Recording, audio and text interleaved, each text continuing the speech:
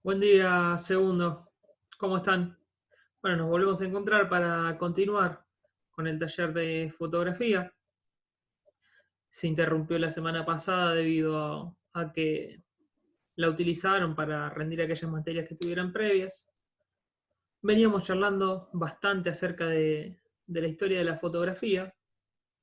Damos por terminada esa etapa de la materia. Seguramente en unos días le llegue un cuestionario muy sencillo, una especie de juego en donde me van a ir contando qué entendieron de lo que vimos en ese sentido, un poquito de la historia, de los pasos importantes, bueno, etcétera. Recuerden que pueden volver a ver los videos mediante los links de YouTube, pero vamos a avanzar y vamos a empezar con la parte para mí más entretenida de la materia. Considero que es la parte en donde mejor la pueden llegar a pasar, incluso en este contexto de cuarentena, y que inmediatamente se puede poner en práctica en sus vidas cotidianas, en sus redes o en lo que deseen hacerlo, que es el tema que hemos denominado elementos de la imagen, ¿sí? Ahora les voy a compartir una presentación, como venimos haciendo, que van a ver en la pantalla, y conjunto a las imágenes y al texto que va a aparecer en la presentación, vamos a ir charlando un poquito de cuáles son los elementos de la imagen, qué son, para qué nos sirven y cómo los vamos a trabajar. ¿Sí? Ahí les voy a compartir la pantalla.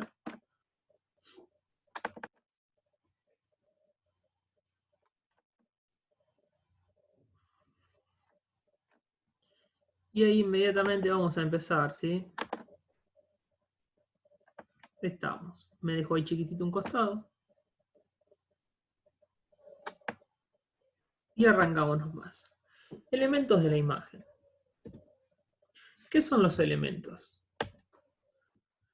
Bueno, una imagen, como cualquier cosa, como una melodía musical, como un mueble, ¿sí? Está compuesta por distintos elementos. Todos esos elementos juntos conforman una composición, ¿sí? Es decir, conforman a la imagen, podríamos decir. Estos elementos pueden ser de los más variados y combinarse entre sí. Los que vamos a ir viendo ahora en este PowerPoint a continuación sirven para darle sentido a nuestras fotos, para representar lo que queremos comunicar dentro de un encuadre, que es, en resumen, una fotografía. ¿Sí? Esto es lo primero como a tener un poquito en cuenta. ¿Qué es un encuadre? Bueno, es la foto. Ahora lo vamos a dar más detalladamente. Podemos identificar dentro de los elementos más importantes, y los que más vamos a trabajar son el encuadre, el campo y el fuera de campo, los planos, los ángulos y la regla de tercio. También ahí, junto a la regla de tercio, vamos a hablar un poco de la regla del horizonte, que nos sirve para la hora de pensar en fotografiar, por ejemplo, paisajes. Pero bueno, esto más adelante va a venir. Arrancamos con el primero, ¿sí? El encuadre. Hay tres tipos de encuadre: horizontal, vertical y aberrante. No los vamos a dar en detalle ahora, ¿sí? No hace falta que se pongan a buscar nada ni nada por el estilo. Vamos a mencionar muy por arriba cada uno de estos elementos para, a partir de la clase que viene, empezar a meternos de lleno con cada uno.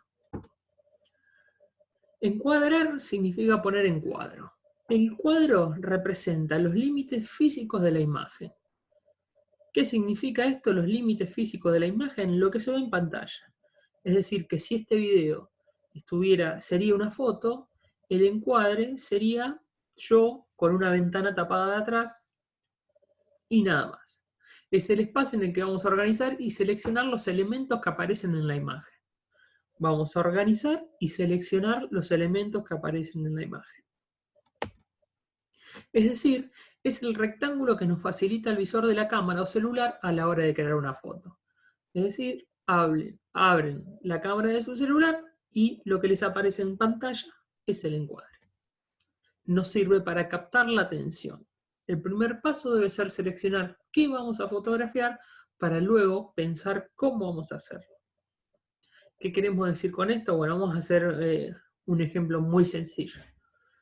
Si nosotros le queremos sacar una foto a a ver, déjeme pensar, a un paisaje muy extenso, a una vista panorámica, y ponemos el celular en vertical parado, probablemente no sea la mejor elección del encuadre porque salga solamente un pedacito. Lo mismo, si quiero intentar fotografiar a una persona de cuerpo entero y pongo el celular en horizontal, me voy a tener que alejar muchísimo para que el cuerpo entero me entre en la foto. Quizás lo más adecuado sea ponerlo en vertical. Pero bueno, más adelante vamos a ir trabajando cada uno sus pros y sus contras. Consejo, de acá y para siempre, hasta que termine el taller. Toda imagen debe tener un motivo principal. Es decir, tenemos que pensar qué queremos fotografiar. Una persona, un objeto, un atardecer, una emoción. No significa que vaya a ser lo único que aparezca en la foto, pero sí es importante entender cuál es nuestro motivo principal, ¿sí? No debemos encerrarlo, dejemos margen.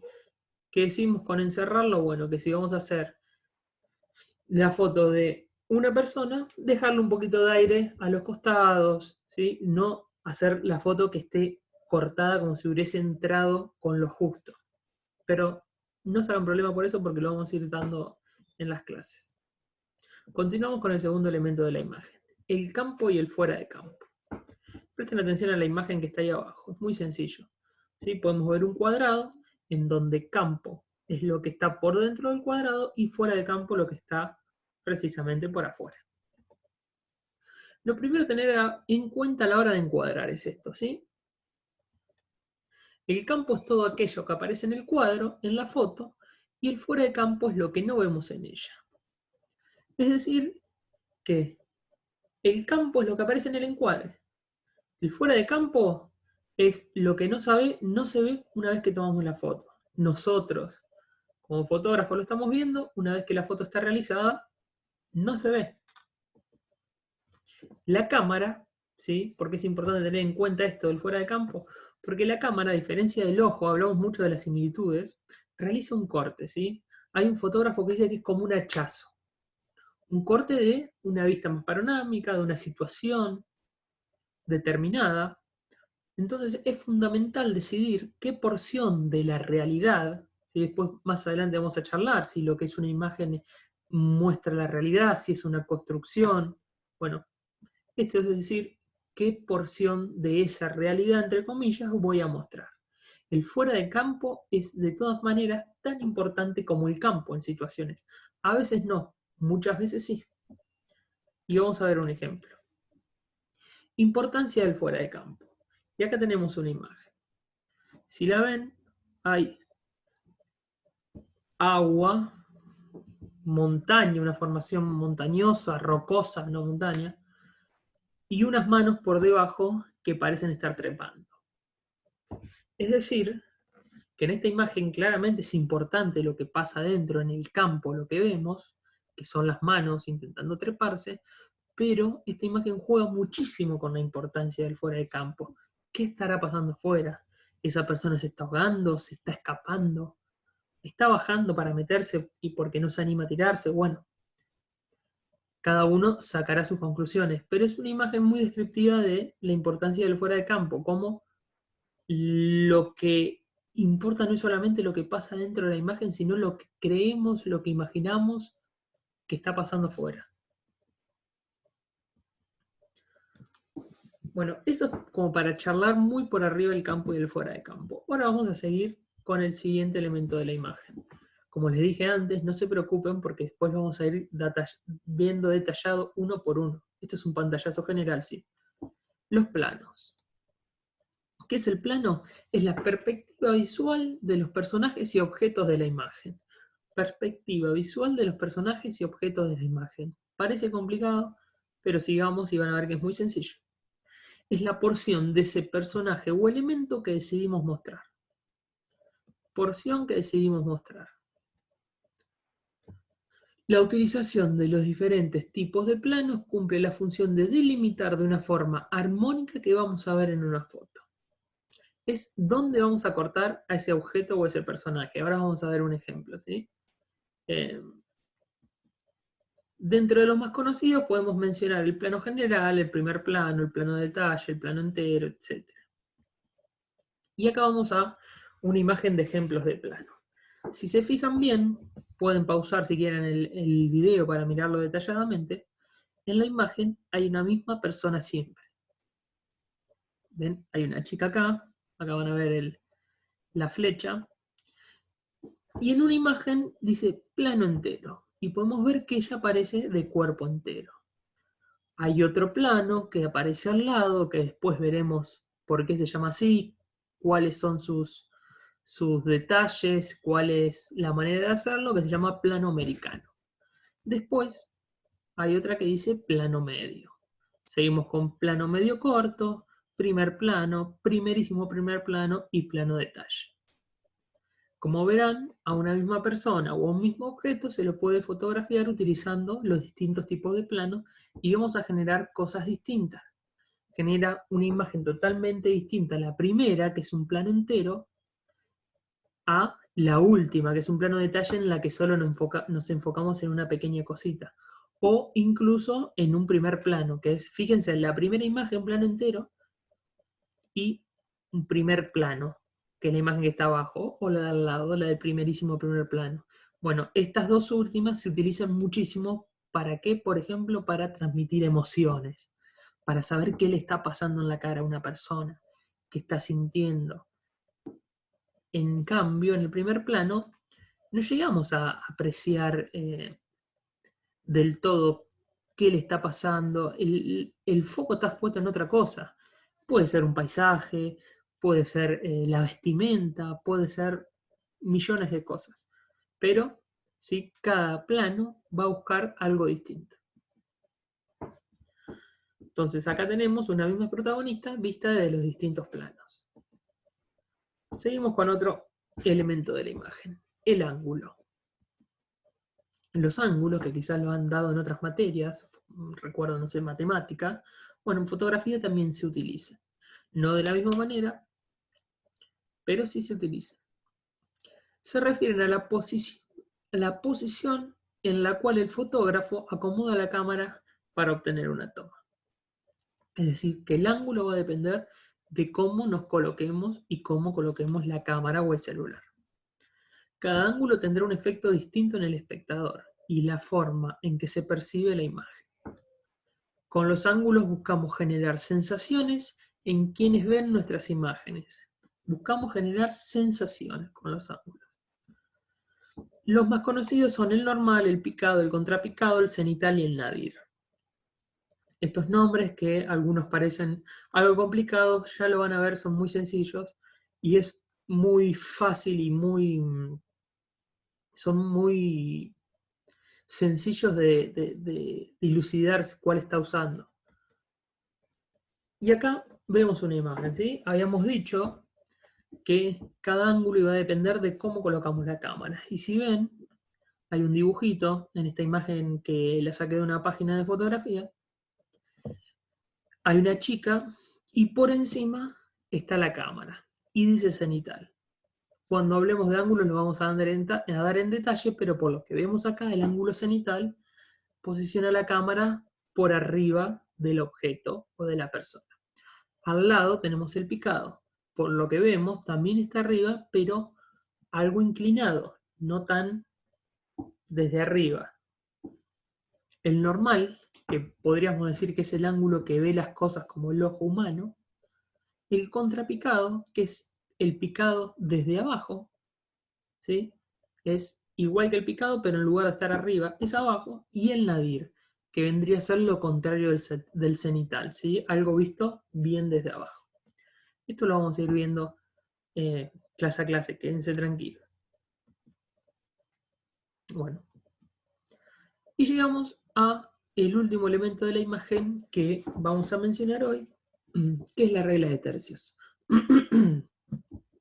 ¿Qué es la regla de tercios?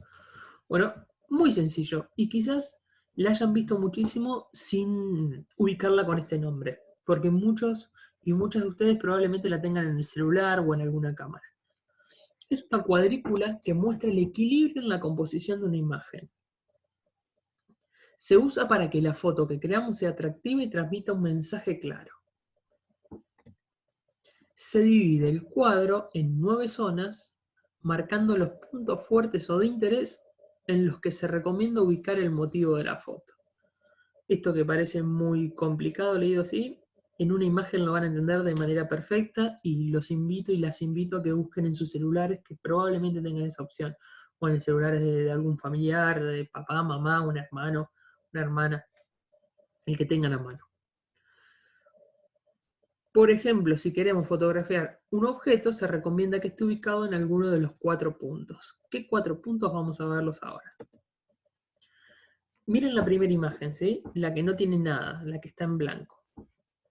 Si ven, muy sutilmente están marcadas 3 rayas verticales, ¿sí? En realidad 2 rayas que hacen que queden 3 bloques y 2 rayas horizontales que hacen que queden 3 bloques también. Después hay unos circulitos acá que redondean los que se denominan los puntos fuertes. ¿Qué dice la regla de 3 tercios? La regla de tercios. Lo que nos dice es lo siguiente. Hay una tendencia natural, innata, a colocar a los objetos que fotografiamos en el centro de la imagen. No sabemos por qué, o sí lo sabemos, pero lo que hacemos, y según esta regla no es siempre aconsejable o no es lo aconsejable en la mayoría de los casos, es colocar a los objetos en el centro. Es decir, como estoy yo, por ejemplo. Supongamos que esto sería, la cámara mía sería una fotografía, bueno, yo estoy ubicado en el centro. Lo que dice la regla de tercio es que hay puntos fuertes que son los que están en círculos. Que lo que debemos probar, por lo menos, y después decidir qué hacer, es ubicar los protagonistas y los objetos de interés de la imagen en uno de esos puntos. Es decir, que en vez de estar como estoy centrado, si le hiciéramos caso a la regla de 3 tercios y esto fuera, a la regla de tercios, perdón, y esto fuera una imagen, estaría así. Vamos a correr un poquito mi cámara. Estaría, por ejemplo, acá, sobre un costado y en un circulito acá, podríamos decir. Vuelvo a centrar la imagen. Tenemos ahí la siguiente foto donde hay una vaquita de San Antonio y pueden ver que está ubicada sobre uno de los denominados puntos fuertes, que es donde se unen las dos líneas. Podría estar acá, como está, podría estar acá, podría estar acá o podría estar acá. Esta es una recomendación que por lo menos es muy interesante tenerla en cuenta y pueden empezar a utilizarla mañana. Si quieren sacar una foto a cualquier cosa, bueno, hagan la prueba de hacerla con el objeto, con la persona en el medio y después ubicada sobre un costado. Van a ver que al ubicar un objeto sobre un costado, ya guiamos la imagen de quien ve esa foto hacia donde queremos y le da como otro sentido. Pero bueno, más adelante lo vamos a ver en clase. Ahí tienen un ejemplo de la división de pantalla. Vuelvo a repetir, invito a que se fijen en sus celulares. Y para resumir, podríamos decir que las imágenes se componen por elementos que le dan forma y sentido. Debemos pensar cómo los vamos a utilizar antes de tomar una fotografía. ¿Sí? Pensar antes de capturar. Podríamos decir que el encuadre, los planos, los ángulos y la regla de tercios son algunos de los principales elementos. Y vamos con el trabajo práctico. Muy sencillo. Cualquier duda, está de más decir que me pueden escribir, me pueden enviar un mail. Ahora habrán visto que armamos un grupo de WhatsApp nuevo, en el que estoy yo también, porque estaba interesado en tener una relación más directa con todo el grupo. Probablemente implemente la utilización de Classroom, porque estoy notando que les cuesta bastante quizás entender la mecánica del mail, pero bueno, les voy a ir avisando después por ese grupo. Vamos al trabajo práctico. 1. Una pregunta muy sencilla. ¿Qué son los elementos de la imagen y para qué sirven? Es nada más que para empezar a fijar estas cosas, ¿sí? No necesito una explicación demasiado detallada ni mucho más de lo que charlamos. 2. Describan muy brevemente qué son los planos, con sus palabras, ¿sí? ¿Recuerdan la imagen que había una misma chica en distintos planos? Bueno, miren la imagen y si se animan pueden practicar en sus casas haciendo algo similar a lo que vimos en esa imagen. Es decir, agarrar a una persona o un objeto es mucho más sencillo con una persona porque le podemos hacer todos los planos. Hay objetos que no tiene sentido cortarlos, ¿sí? Y hacer esa misma foto desde los distintos planos o de distintos planos. Me la pueden enviar si quieren, si no es a modo de juego y a modo de práctica personal. 3. ¿Qué se busca con la utilización de los distintos ángulos? Si quieren retrocedan el video y vean que dijimos que cuando utilizamos un ángulo u otro buscamos generar algo. La clase que demos ángulo lo vamos a ver en profundidad. Y 4. Busquen 3 imágenes en internet, revistas o diarios e intenten descifrar si utilizaron la regla de tercios o no. ¿Qué significa esto? Nada. Significa que lo que quiero es que busquen 3 imágenes cualquiera, le hagan la división de la pantalla en 3 bloques horizontales y 3 verticales y se fijen si el centro de interés de esa imagen está en el medio o sobre uno de esos puntos. No significa que tiene que estar exactamente en el punto, pero sí sería importante empezar a reconocer si está descentrada, si está fuera del medio de la pantalla o si está bien ubicada en el centro de la imagen. Esas 4 consignas muy sencillas son las que componen el trabajo práctico de esta clase. Me lo pueden enviar por mail, pero en estos días, seguramente mañana o pasado, me voy a estar comunicando mediante el grupo con ustedes para comentarles si finalmente decidimos utilizar Classroom o seguimos de esta manera. Les mando un saludo y no duden en escribir ante cualquier duda que tengan.